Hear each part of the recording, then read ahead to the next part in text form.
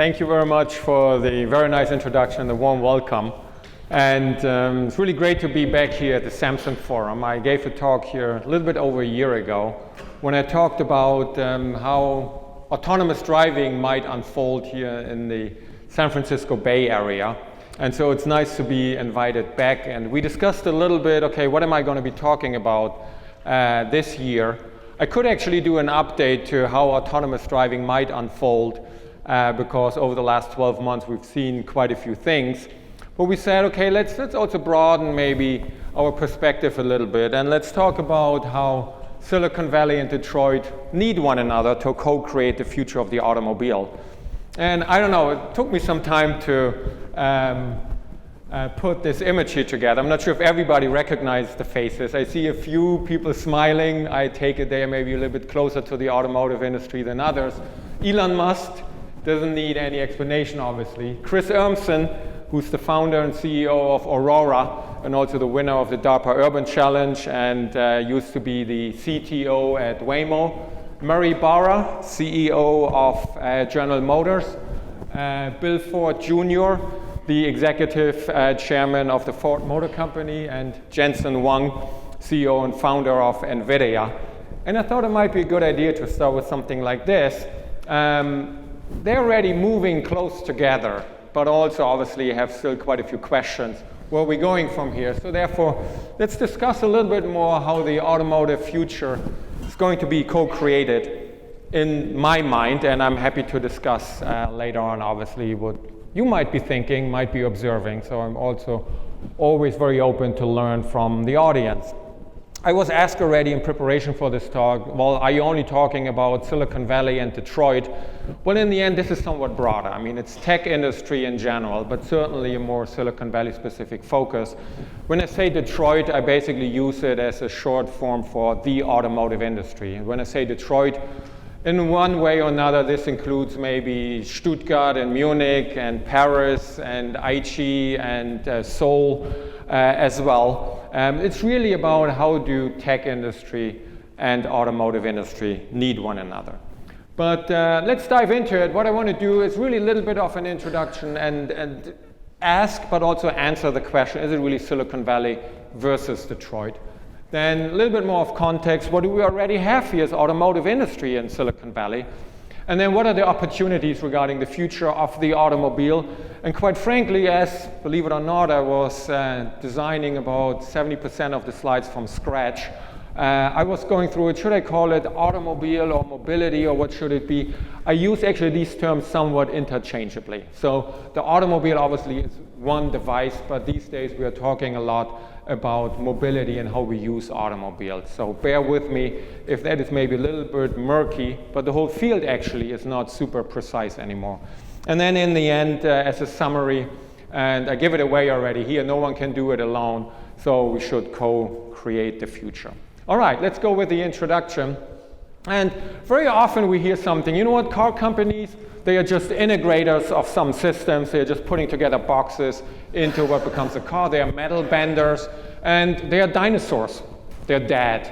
I mean, that's what I've been hearing for quite some time. And in the introduction, you heard that I actually used to work in the established automotive industry, spent 13 years at BMW, but also by now 16 years here in Silicon Valley.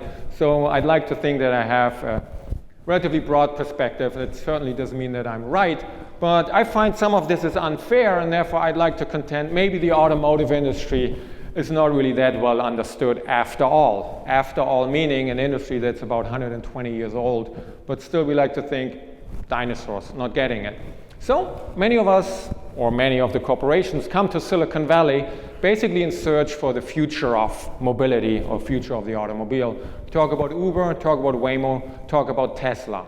But guess what? They also have not figured out the entire thing, because I could have put in the numbers from since the IPO now, but as of last year, Uber had raised like more than $24 billion, but last year alone had losses of almost $2 billion. And what we read now in the first quarter of this year alone, they lost $1 billion. So a success story in one way, disrupting taxi business and giving mobility really a much newer thinking and such. But if you want to make money, you're not there yet. With Waymo, fantastic company, absolutely. They've been working on self-driving cars for about 10 years now, but not a product on the market. Guess what? That wouldn't fly very well with one of the established car companies working on something for 10 years and you don't get it to the market. I assume maybe somewhat similar with Samsung. If you worked on like a storage system or so, and after 10 years, well, where is it? You still call it research, but would it be the high-profile product or the high-profile project that the company gets identified with? And Tesla, certainly a very exciting product, and now they are outselling other premium vehicles in the market, or basically in the United States, every other premium vehicle on the market. But profitability also still a challenge. So we definitely see as the Silicon Valley companies might be a synonym for future of mobility. Some real world problems still exist. So what can we do? And now here I have like the real image from Silicon Valley to show. If we ask these gentlemen, and very often it is just men, we have to say that, we have to fix that actually. If we ask them, well, what is a car going to be like? Okay, there's a car, probably still has some standard components. But if we ask just Silicon Valley people, redesign really the experience of the car. It might be something like, you know what, an airbag? Let me deploy this thing after we play a little ad. That wouldn't go very well for an airbag, for instance. Or if we said an engine, you get a check engine thing here, but you know what, that comes up very often. Quite a few people like it. Not quite sure why they like it. Some hate it, but you can share this. I mean, that's not how the automotive industry works, obviously. Or if it breaks, you know what, I didn't quite get what you said there, so you can tell me something like, slow down, stop now, or don't move. It doesn't really work in an automobile. And similarly, so if you look at headlights, well, if that was made by a search company, then it might be something, you know what, due to copyright laws in your local area, I cannot show you more. It's obviously meant to be a little bit of a joke, but we see here that the cultures are very, very different there in those industries because the products are very different. And then we see this also here in what the industries look like by the numbers. If you just go by time to market, and these are rough estimates, obviously. Automotive industry takes about 5 years. Tech industry, more like 2 years. The product cycles, it's 6 years. Tech industry, 1 to 2 years. And that I found very, very interesting. If you look really at the staff demographics, the median tenure, the automotive industry is 10 years. Here in Silicon Valley, it's 2. There's a lot of turnover, obviously, here, which I assume you experience in your organization as well. And that is something that the automotive industry would typically not accept.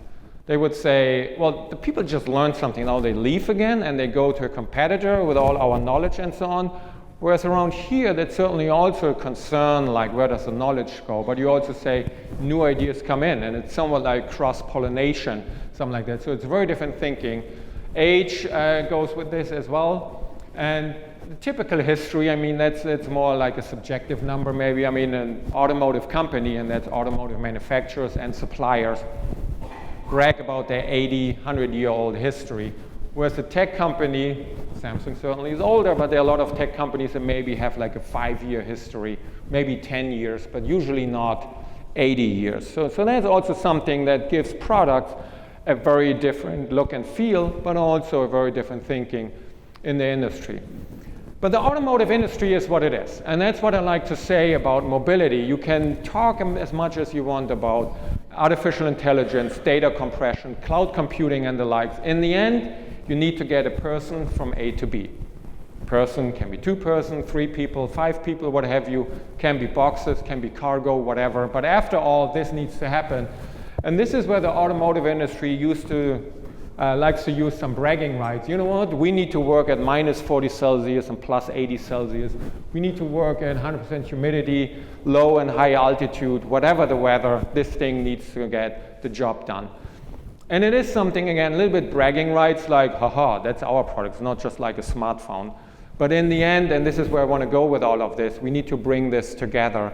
But still, this is something that we expect from an automobile that really works at hot weather. If I use my cell phone, disclaimer or disclosure, I'm not using a Samsung smartphone, therefore I can say this here. If I use my cell phone and put it on a table right now outside in the hot sun, it's going to shut down. But I can walk up to my car right now, and it starts like this.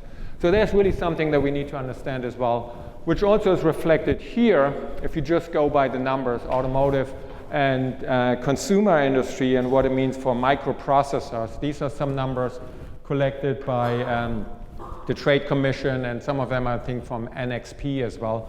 You see those temperatures again. Also the product lifetime is something here about 15 years. If a product lives for 15 years, which might be, you know what, and after 12 years my car breaks down and I need like a new Windows switch or something like that, there's a microprocessor in there that somehow still needs to be replaced.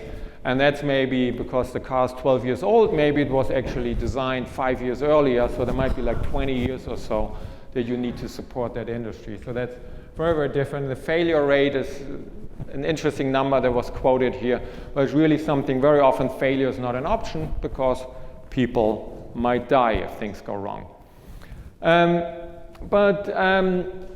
That's now also something that Silicon Valley has figured out. And as we talk in the following also a little bit more about autonomous and electric and connected and the likes, Silicon Valley has done a lot in this already. And it shows the old Google Waymo vehicle here because I think it's more iconic to what's happening here in Silicon Valley. So we've made a lot of progress already, but also we find pictures like this where there's a very old school testing and thinking around those automobiles, even like Waymo, where you might say that's the future of mobility and that's also disruptive and that's really great, and it is. But it also comes down to how does the thing handle in a certain quick evasive maneuver, or how does it do if you go over a bad road and something like this. And so, which goes back to this, however we want to look at it, even like a mobility future device might still have a motor, will still have airbags, will still have brakes. And the quote that I really found interesting here is from Dmitry Dolgov, CTO now of Waymo, who said, well, the challenge of actually building a real product and developing so that people can use it, to really use it, has turned out much harder than expected. And that's really what I put there in the headline, that Silicon Valley has also realized, maybe we cannot just do it by ourselves. So what is a car? In the headline here, some people say, you know what, a car is just going to be a computer on wheels. This is where I say, you know what, if that's your statement, you don't really understand much. Because if you look at everything that's controlled through electronics in the car, you would actually find, if you took this closer look, there's actually a lot of ECUs, electronic control units, in a vehicle. And however you might want to count it, some say it's more than 100 of these ECUs already in cars today. So we are 2 orders of magnitude beyond what is said a computer on cars. You can say, yeah, that's the automotive industry. They're not getting it. They're adding a box here and another box there. They're just integrators of all these boxes. It should be just one local computer. But think what you might be wishing for, because one is very safety critical, like brakes, steering, and the like, and the other one is more like, okay, I want warm feet in the car, or I want a nice song to listen to. So you really want to also think, how do you petition this orchestra of different ECUs? And this is, again, where Silicon Valley can certainly bring a lot to the table, reducing complexity here. If we took a historic perspective here, so here's the number of ECUs over the last 13, 14 years, we basically see dark blue line and light blue line is for high-end and low-end vehicles. How it basically has especially come up in this decade once we got more ADAS, so advanced driver assistance systems, more emission regulation, more electronics to the vehicle. And it has started in the 1970s, if you will. This is when electronic fuel injection came in, mostly for emission controls, also for performance and efficiency, when we got safety systems like airbags and other restraint systems, then navigation systems, electric or electronically controlled heating, ventilations, and now more and more cameras. And the number that you see here in the middle is what is the share of the total vehicle cost? So what we see, the total vehicle cost around now is 40%. 40% of the vehicle value is electronics. And that is quite something. It's always a question, how do you measure this? It's obviously more than just the microchips. It's all the software development that goes into it, the testing, and simulation of all these electronic systems. But I'm standing here before you as a mechanical engineer, and I get excited about suspension and brakes and steering and the likes, but so much of this is electronics these days. So we can say in a mid-sized car, it might be $370 or so for electric electronics, and in a high-end car, we go beyond the $1,000 mark. So what of this is actually happening here in Silicon Valley? So let's take a little bit of a look for context at what's already here. How is it working? When Tesla and Google started their activities, Tesla in 2003 with electric vehicles, and Google, what we said earlier, about 10 years ago with autonomous or self-driving car programs, there was a lot of talk in the media, but also in many discussions that I was part of here in Silicon Valley in 2010 and so. You know what, this is Silicon Valley versus Detroit. And this might even be the new Detroit. So, and this is reflected in many of the headlines here, which was really much more controversial. It was more of a battle, like who's smarter? And very often the answer just was, you know what? Silicon Valley is the new Detroit. And I have lived in Detroit, or the Detroit area, for 2.5 years, from 2006 until 2008. And I still like going back there because I have great interaction with the people. And the city of Detroit, actually, I think is a very interesting and also enjoyable place at times. I will say this. But I will also say that it is something where you can learn a lot from one another, where it's like Detroit used to be at some point the hub in the United States for innovation. Actually, even today, many of these car companies pride themselves, we are like a 100-year-old startup or something like this. There was a lot of this thinking in that area, and many people were going there for good jobs and for good education and also culture and whatnot. Sounds very much like Silicon Valley today. So there's a lot of learning in this. But today I say, if you say the new Detroit, what does that actually mean? Do you want to be the new Detroit with also all the challenges that you see there? So what does our quote-unquote new Detroit look like? And that's a very busy slide that I get from, you see in the top right corner here, from CBRE, Matt from the R, who updates this slide basically every month, where are all the automotive or mobility-related companies here in Silicon Valley. And it's a very busy slide. You probably find many familiar logos on this, some logos maybe that were hard to detect. But the point is, I'd like to say that you will not find another place on the planet where you have such a high concentration of mobility-related companies in a certain area. There might be more jobs, might be more engineers and production workers and the likes, maybe in Detroit area or something like this on a certain surface area. But the diversity and the amount of companies, I think that's unparalleled. So what do they do here? Here are just a few snapshots from some of the local offices from the car companies around here. What they basically do here is a lot about scouting, technology trends and talents, R&D, autonomous driving obviously is a very important topic, connected vehicles and electric vehicles as well, but also really about partnerships. And this is what we see again. It's not really us versus them. It's really about partnering with tech companies, with startups, but also universities and research organizations. The teams that they have here can be anything between 10 and 200 engineers. So not huge, but about that. And then usually a mix of computer scientists and electrical engineers. So not so much the classic automotive engineering, which I would then also use as an answer. No, if we assume that an automobile will still require some basic, but really in a good sense, like foundation of a car design, then that's maybe not happening here in Silicon Valley. That's maybe elsewhere. And therefore, we have obviously a much stronger focus here on electrical engineering, computer science, but also the mix of locals and people from the headquarters, because you really want to mix those cultures.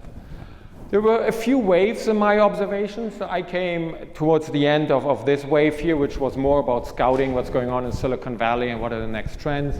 Then it got a little bit more to product development, and today it's basically the entire automotive industry is here. So while it was in the beginning something, why Silicon Valley, it now becomes something, why are we not there?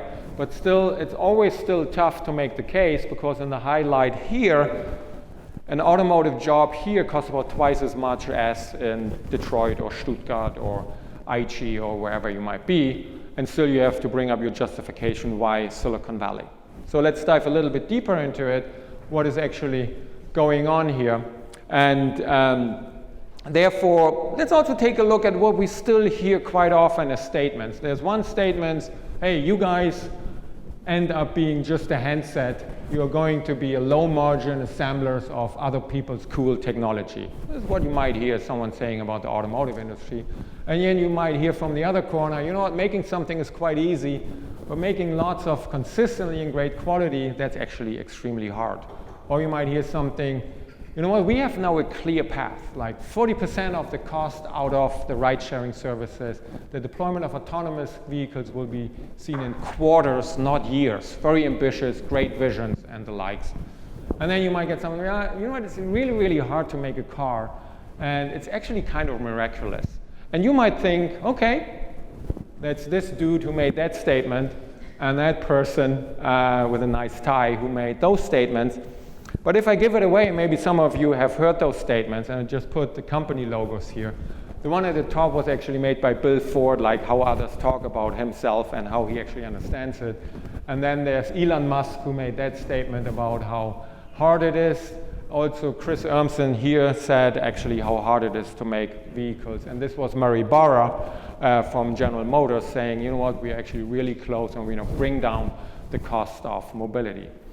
Which makes me think all the other statements that we see here from Lyft, John Zimmer, the CEO and founder of Lyft, who basically says, well, very soon millennials will not see the reason of getting a car. And it might be that there's not a great reason, but they might still be getting one. Travis Kalanick back in the end and said, you know what, we give back trillions of hours will be given back to people because they use their time much, much better. Murray Barra, General Motors said a lot, 0 crashes, 0 emissions, 0 congestion. And Ford actually said, our engines are going to be kind to the planet. And then Elon Musk said, I think just 2 months ago now, in a year, for sure, we will have over 1 million robo-taxis on the road. That was not a joke. The joke is going to come now. Because if I listen to those, I just so often think, okay, they basically all agree it's going to be a car. But then they talk about these great visions, which is basically we can all go to sleep and roses are coming out of the tailpipe. It's a lovely world out there. And that's where I think we need to be a little bit more realistic as well. Because sure, we are talking about these trends like autonomous, computers are going to drive the car, we don't need to do it anymore, vehicles are going to be connected, they're going to be electric, and they're going to be shared, or ACEs, A-C-E-S. The ACEs trend, some others call it CASE, but they basically mean the same thing, and the benefits are clear. So if we really get this right, we actually end up with increased safety because mostly humans are responsible for accidents.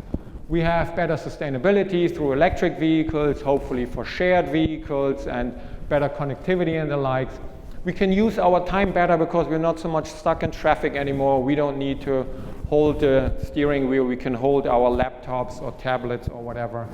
Better mobility for everyone, sometimes actually overlooked that not everybody can drive, but that we can give mobility to those as well. And lower cost of mobility because it's shared and therefore it brings down cost quite a bit.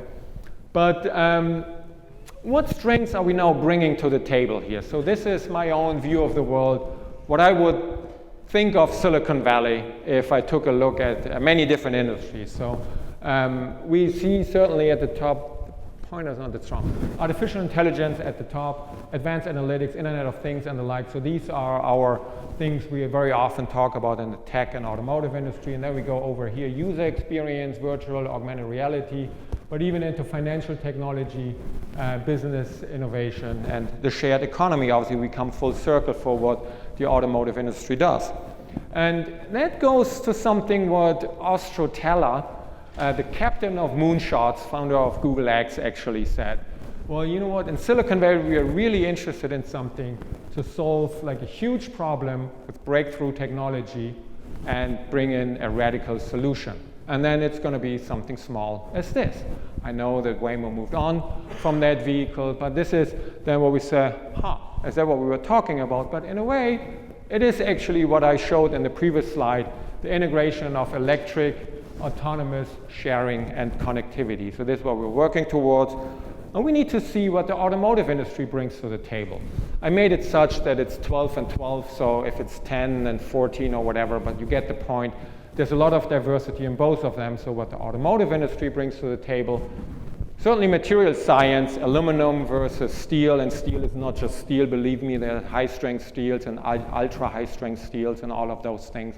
I mean, in the past, corrosion was a problem with a car, it's not anymore. It's a lot about lightweighting and all of this, which gets into mechanical engineering, electrical engineering.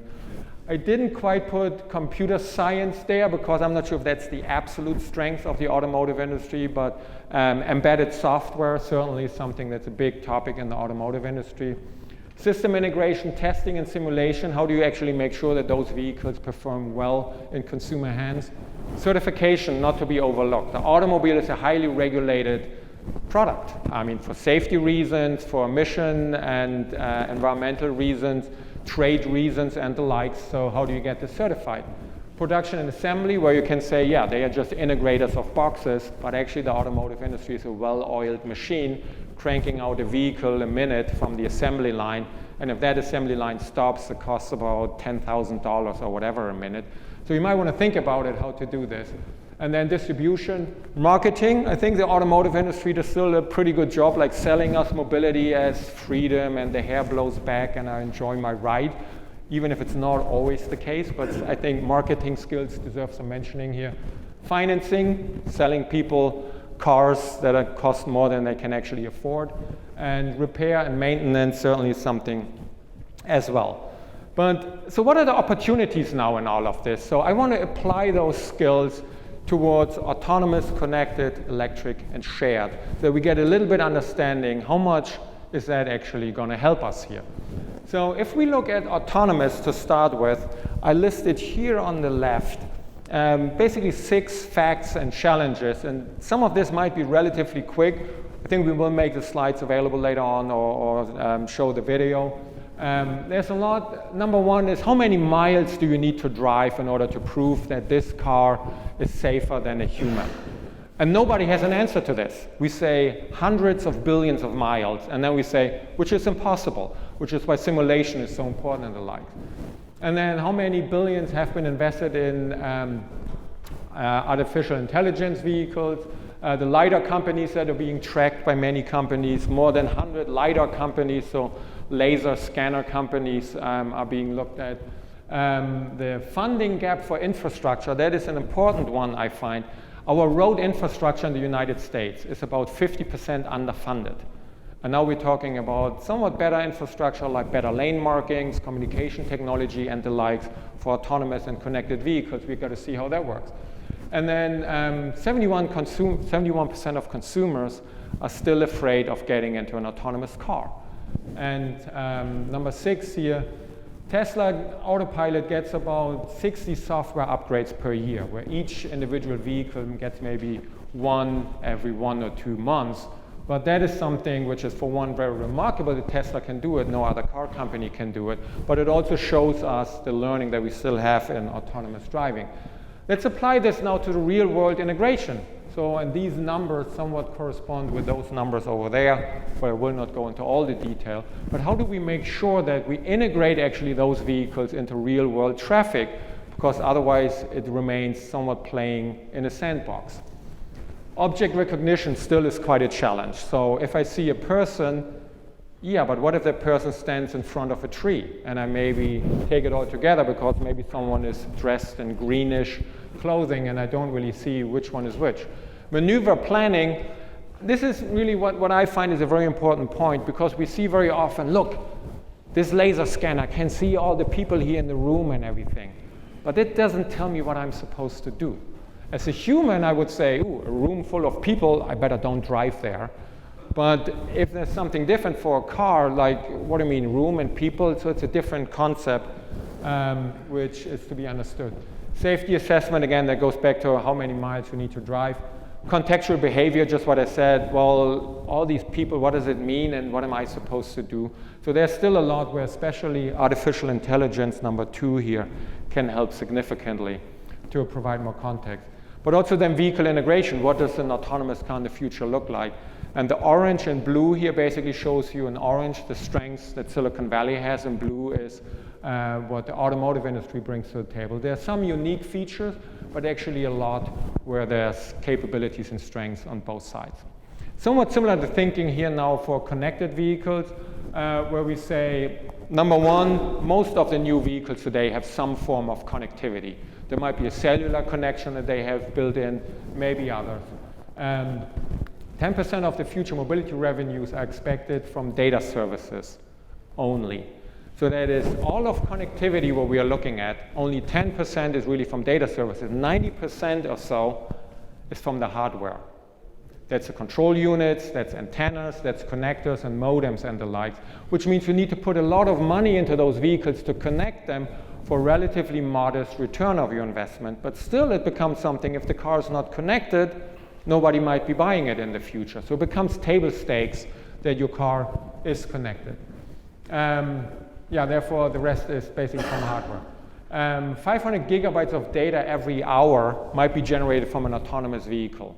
These are numbers that Intel is tossing around. If you have HD cameras in the vehicle, this is the amount of data they would collect. Remains to be seen if this data needs to be exchanged between individual vehicles or an infrastructure. But how do we handle all this data? The cybersecurity demand, 66% of auto executives say we have to do better than this. We are not paying enough attention.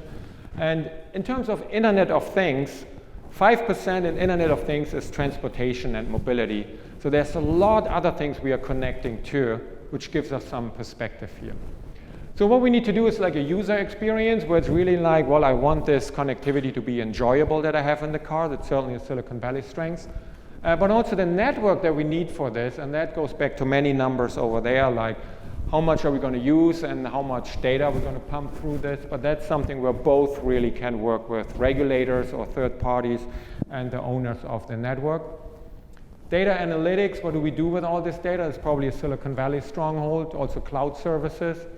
Vehicle integration again, how do we put all of this in the vehicle? Also, how do we make it safe to operate? There might be something for the automotive industry, and cybersecurity goes pretty directly to this point here, which I see that one is aware of it, but the solutions we don't really have, and I think there's a lot where Silicon Valley can leverage its expertise in solving this. So about electrification here, number 1 is like 200 miles seems to be the minimum that people expect from a car. If it's less than 200 miles, then it might not be enough mobility. The cost of batteries is coming down. We are now maybe around the $100 per kilowatt hour mark, which many people see as an inflection point. And we see this, that now in California, the market share of plug-in vehicles, so battery electric and plug-in hybrids, is 12% market share now. In the United States, overall, it's about 2%. So this is where California is, again, the pioneer, obviously, especially in this area. And also Tesla Model 3 last year was the 6th most popular US car, not light-duty trucks or something like this. There are way more Ford F-150s and the likes. But in terms of cars, like Toyota Corolla, Honda Civics, BMW 3 Series, this is where Tesla's up at number 3. And the global battery manufacturing capacity is going to triple just from 2017 to 2020, driving costs down much further. Electric vehicles might be heavier. We need to deal with this, and also lower maintenance because there's no oil change, no spark plugs and the likes. So a lot about battery technology that we still need to fix. And I think that Silicon Valley can come in with like new materials and battery chemistry and the likes, but also integrating that into the vehicle I think is very important. The charging network needs to be taken care of. Power electronics in the car, there's still something, can we miniaturize this? And I think there's a lot from the electronics and microprocessor industry that we can leverage also regarding materials, gallium arsenide and the likes. Charging technology is a little bit different from the network. This is more like bringing out like a business case and the broad deployment of a network. Here it can be, what about wireless charging? Wireless charging while on the highway. So there's also some research happening in this. And then the vehicle testing, that it works at minus 40 Celsius, and also integrating that into the vehicle. Lastly, what does it look like for shared mobility? And that's the last slide I want to show about these strengths. The losses for Uber and Lyft we talked about. Right now, that's number 2, about 1% of the miles traveled is from shared mobility. So there's a lot more potential. Some people say it might be about 10% in 2025, which means we need about 10 times more drivers. And we need to scale up the business case. But we see already, that's this part here, already quite some impact on public transit, if you can see that, which is we have already more congestion. Also, those vehicles drive more, which basically is they don't last as long, that we need to figure out. And but everybody says once we have AVs, autonomous vehicles, the price for mobility is going to drop 68%. And if a vehicle is really purpose-built just for sharing, it can be 25% cheaper. So a lot of numbers, I know, this is like drinking from a fire hose, but that shows you how big the topic is, and that we can apply this to the business model. We need to work together with the public sector for interaction to actually get a permit to operate our sharing service in certain cities. Autonomous driving comes into shared mobility. The user interface, because what Uber and Lyft have really made, a very simple transaction for mobility, as opposed to, I have to call a taxi, yeah, he's going to be here in 15 minutes. Where is he? I don't know, we got another customer. So that's much easier, obviously.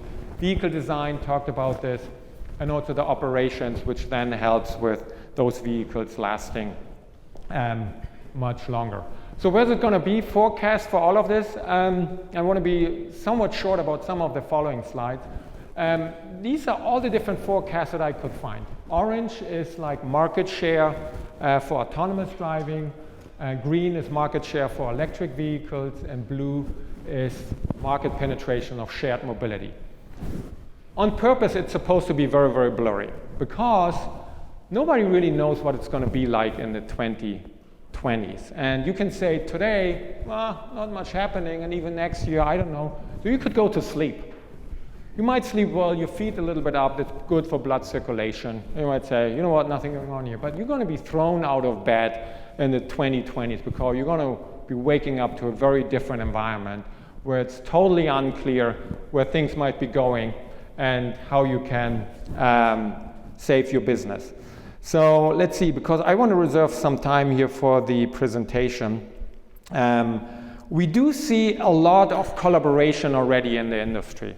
So just to highlight this slide here, which basically is just over the last year, you have all these companies one way or another starting to collaborate. Like Toyota making investments in Uber, General Motors allows Ford on their own sharing platform, Mercedes and BMW collaborating, and then a little bit later, BMW collaborates with Jaguar, Land Rover, all basically to figure that out, because it's understood these topics on these very busy slides that I showed you are way too big that one player can do it by itself. Even like Google or Alphabet, Google Waymo gets the vehicles from Chrysler and from Jaguar, and some of them from Honda. And also Tesla obviously works with engineering support companies and the like, and teams up with other players for some components and the like. So these topics are way too big that one can do it by himself. So it really becomes a race towards the future. But the question is, what is this race all about? And is it a sprint? Is it a marathon? So I would say it's much more like this, like a relay triathlon as a team, because it's actually a very long race. It's really unpredictable, and you need different skills. So if you are just a good runner, probably not going to get you there. You want to be a good runner, swimmer, and cyclist, like autonomous, electric, and shared, to figure all of that out. And so therefore, think about this. It's not really who's the fastest. It's really who puts the best team together and who has a lot of endurance, and also who gets the handover right. So therefore, in closing, what it really is, the automotive industry used to be something, well, we got manufacturers and suppliers, and they figured out They've known each other for 80 years or so. And they say, you know what, for the next model, we need that many ECUs and that many tires, and well, we let everybody live, and it works. Actually, it was pretty good times in the automotive industry. And there will be good times in the future as well. However, there will be many more players. And if you just look at this, yes, I certainly believe that the established manufacturers will stay, especially because there are many emerging markets still that adopt a lot of vehicles. But it's also emerging manufacturers, which can be like a Tesla and Byton and NIO and the like, but also really many other manufacturers out of China for sure that are coming in, and we see many partnerships already. But then it has to work together with mobility services. We talked about infrastructure, talked about the tech giants, and then on top insurance and finance and after sales, and that all needs to work together. And you might say, well, what about insurance? Come on, insurance is older than the automobile, and now you're telling me it's something new. Well, we're talking about usage-based insurance, so you pay by the mile. And some say, and I would agree with this, that insurance might be the solution to autonomous vehicles to actually make sure that the insurance is already baked into the product so that consumers trust it hopefully more. So all of this needs to work together. And therefore, in closing, and I'm happy then to discuss your questions, it's really all about these partnerships, because the mobility, I think, or the future of mobility is pretty bright. It has to be Silicon Valley and Detroit together. And really, it's all about an endurance game. And I think it will be very exciting to see where it's going. With this, thanks for the attention. Looking forward to questions. Thank you.